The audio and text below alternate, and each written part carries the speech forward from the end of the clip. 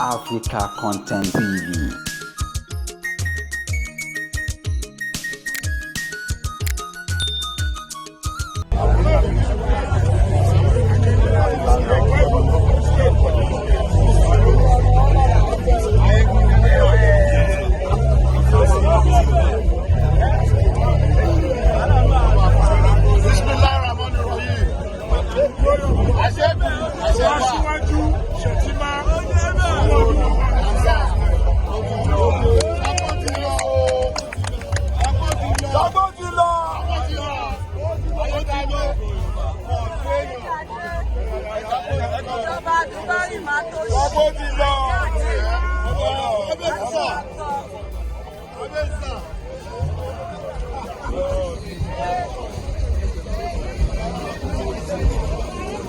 Hello.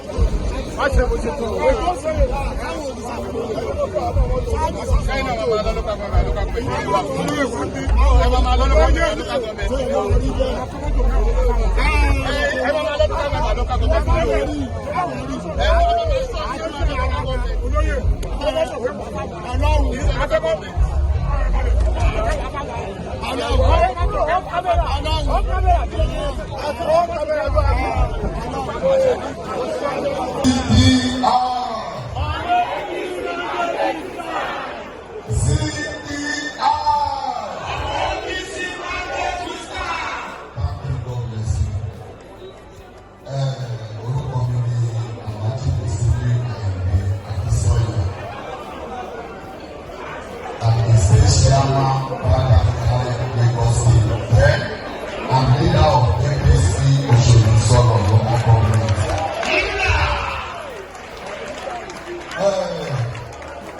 Ìwọ́n tó fi dá CGI náà ní pé tí a bá wọ Lagos State kò sí ọ̀rọ̀ mákẹ́kọ̀ọ́ kò sí bẹ́ẹ̀.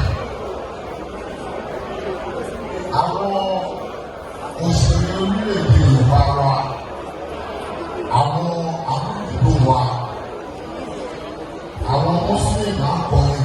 Local government in Lagos State ibi tí ilẹ̀ bá ṣú wọn sí lọ́wọ́ àṣòfin nítorí ọ̀rọ̀ aṣíwájú àti Sanwó-Olú oníkálùkù wọn fi iṣẹ́ wọn lẹ̀ ọ̀gá iṣẹ́ gbọ̀ngàn wọn tí níta wọn ti ṣẹ̀lẹ̀ ṣọ̀tọ̀.